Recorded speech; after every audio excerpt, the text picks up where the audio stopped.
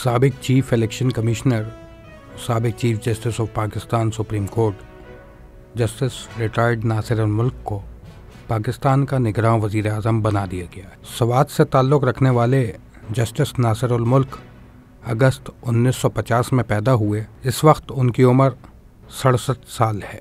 Justice Nasir ul मुल्क ने शोहरत मुख्तारा माई रेप केस से हासिल की और वह मुस्लिम लीग नून के काफ़ी करीब समझे जाते हैं। 1994 के मुस्लिम लीग के दौरे हुकूमत में जस्टिस नासिर उल मुल्क सूबा सरहद, साबिक NWFP और मौजूदा KPK में एडवोकेट जनरल के फ़राइज़ सरअंजाम देते थे और उसी दौरे हुकूमत के अंदर उनको पेशावर हाई कोर्ट का जज बनाया गया। जनरल मुशर्रफ की एमरजेंसी के फैसले से लेकर नवाज शरीफ के खिलाफ तैयारा अगवा केस तक नासिर उल मुल्क के तमाम फैसले नून लीग के हक में ही थे। हत्ता के यूसुफ रज़ा गिलानी की बर्खास्तगी का फैसला जिस बेंच ने सुनाया था, उस बेंच की सरबराही भी जस्टिस नासिर उल मुल्क ही कर रहे थे।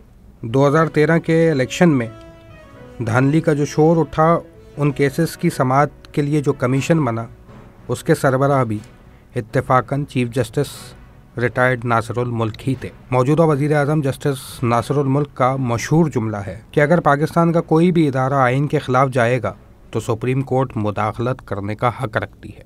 ज़राए के मुताबिक पाकिस्तान तहरीक इंसाफ और पाकिस्तान पीपल्स पार्टी के आला हलकों में जस्टिस नासिर उल मुल्क के निगरां वज़ीर आज़म बनने के हवाले से काफ़ी तशवीश पाई जाती है। अब देखना यह है कि निगरां वज़ीर आज़म की सरबराही में होने वाले इलेक्शंस का फ़ायदा पाकिस्तान मुस्लिम लीग नून को होता है या नहीं।